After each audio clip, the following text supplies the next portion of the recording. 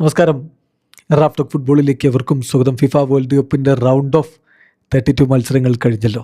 നമ്മൾ ഓരോ റൗണ്ട് കഴിയുമ്പോഴും ആ റൗണ്ടിൽ മികച്ച പ്രകടനം നടത്തിയ 5 താരങ്ങളുടെ ലിസ്റ്റ് അവതരിപ്പിക്കാറുണ്ട്. ഇത് റാഫ് ടോക്സിൻ്റെ മാത്രം അഭിപ്രായമാണ്, നമ്മുടെ മാത്രം നിരീക്ഷണങ്ങളിലൂടെ നമ്മൾ അവതരിപ്പിക്കുന്നതാണ്. നിങ്ങൾക്ക് വ്യത്യസ്തമായിട്ടുള്ള അഭിപ്രായങ്ങൾ ഉണ്ടാവും, അത് കമൻറ്റ് ബോക്സ് രേഖപ്പെടുത്തുക. ആരോഗ്യകരമായ ഫുട്ബോൾ ചർച്ചകളുമായിട്ട് നമുക്ക് മുന്നോട്ട് പോകണം.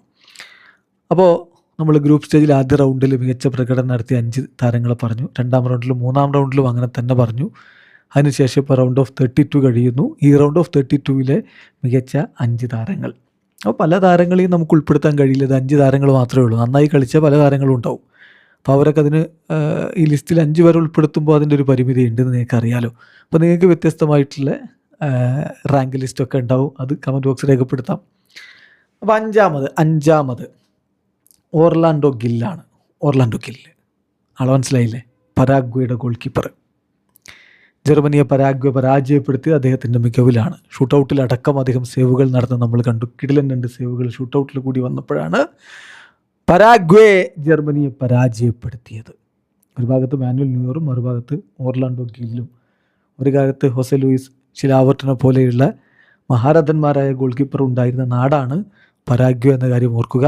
ഏതായാലും പരാഗ്വേക്ക് ഇപ്പോൾ അതുപോലെ പറയാവുന്ന ഒരാളാണ് ഓർലാൻഡോ ഗില്ല്. 26 വയസ്സേ ഉള്ളൂ. താരം വളരെ അധികം ബുദ്ധിമുട്ടേറിയ ഘട്ടത്തിലൂടെയൊക്കെ കടന്നു വന്ന ആളാണ്.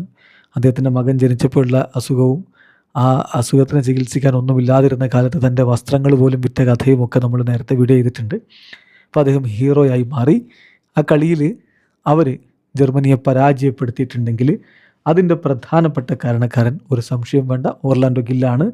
അദ്ദേഹത്തിൻ്റെ ആ പ്രകടനത്തിൻ്റെ മഹത്വം പരിഗണിച്ചുകൊണ്ട് തന്നെയാണ് അദ്ദേഹത്തെ നമ്മൾ ഈ ലിസ്റ്റിൽ ഉൾപ്പെടുത്തിയിരിക്കുന്നത്. 5ാമത് ഓർലാൻഡോ ഗില്ല്. 4ാമത് ബ്രൂണോ ഗുയ്മേറസ് ആണ്. ബ്രസീലിൻ്റെ ബ്രൂണോ ഗുയ്മേറസ്.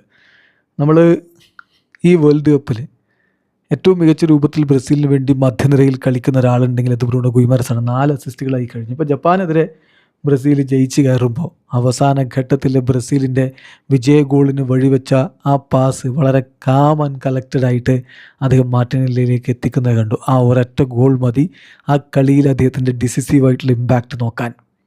കളിയിൽ ഉടനീളം അദ്ദേഹം അങ്ങനെ തന്നെയായിരുന്നു. ബ്രസീലിൻ്റെ മുന്നോട്ടുള്ള പോക്കിന് ബ്രൂണോ ഗുയ്മേറസിൻ്റെ സംഭാവന വളരെ വലുതാണ്. ഇനിയും അങ്ങനെയാണ്, ഇതുവരെയും അങ്ങനെ തന്നെയായിരുന്നു. So Bruno ഗുയ്മേറസ് is at number 4. Number 3 Lamine Yamal.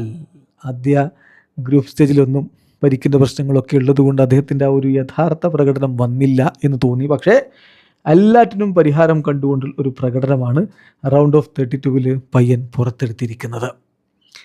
എല്ലാവർക്കും ആരാധകർക്കൊക്കെ മനം നിറഞ്ഞിട്ടുണ്ട് എന്ന കാര്യം ഉറപ്പാണ്.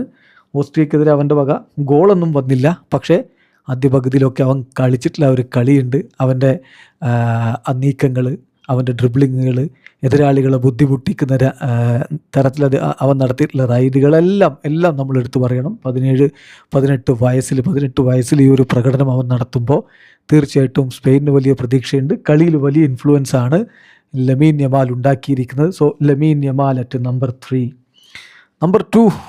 നമ്പർ 2 എന്താ സംശയം? Harry Kane.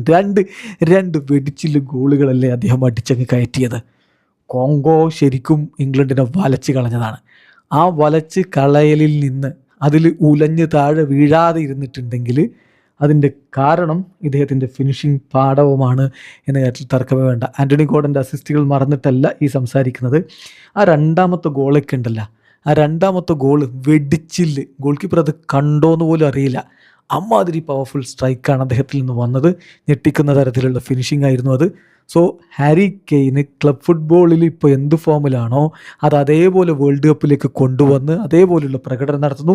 കോങ്കോക്കെതിരെ ഇംഗ്ലണ്ട് ജയിച്ച് കയറിയിട്ടുണ്ടെങ്കിൽ അതിൻ്റെ ക്രെഡിറ്റ് അദ്ദേഹത്തിൻ്റെ ഫിനിഷിംഗ് പാഠവത്തിന് കൊടുക്കണം.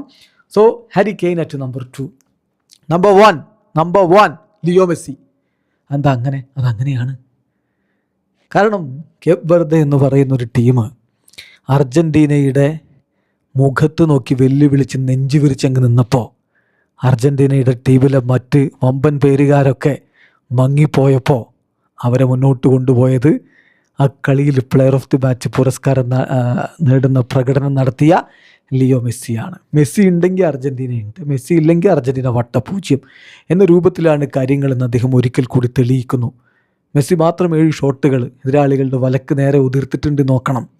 ഒരു ഗോളും അദ്ദേഹം കണ്ടെത്തുകയുണ്ടായി. മെസ്സിയിൽ നിന്നാണ് ബാക്കി 2 ഗോളുകളും വരുന്നത്. അദ്ദേഹത്തിൻ്റെ കോർണറുകൾ വഴിയാണ് ആ ഗോളുകൾ ബാക്കി 2 വന്നത്. കേപ്പ് വെർദെ പിടിച്ചുലച്ചിട്ടും പിടിച്ച് വിറപ്പിച്ചിട്ടും ബ്ലൂ ഷാർക്സ് വിഴുങ്ങാൻ വന്നിട്ടും അർജൻറ്റീന ഭയന്ന് പിന്മാറിയിട്ടില്ലെങ്കിൽ, പോരാടി നേടിയിട്ടുണ്ടെങ്കിൽ അതിൻ്റെ കാരണം ഈ മജീഷ്യൻ്റെ സാന്നിധ്യമാണ്. അർജൻറ്റീന ഒരു ആവറേജ് ടീമാണെന്ന് വിലയിരുത്തുന്നവരുണ്ട്. പക്ഷേ മെസ്സി ഉണ്ടാകുമ്പോൾ അവർക്ക് എന്തും ചെയ്യാൻ പറ്റും, എന്തും. അപ്പോൾ അതാണ് നമ്മുടെ ഒരു പവർ റാങ്കിങ്.